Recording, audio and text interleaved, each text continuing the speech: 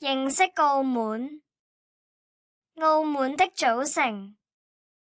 澳門包括澳門半島、氹仔島和路環島。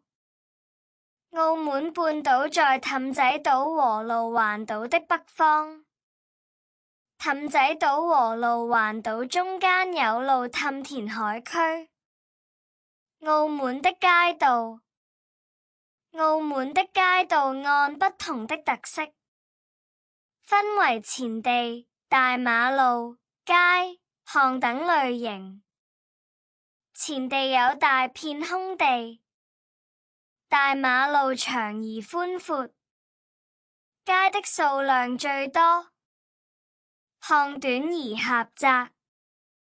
探索街道的故事，可增進我們對澳門的認識。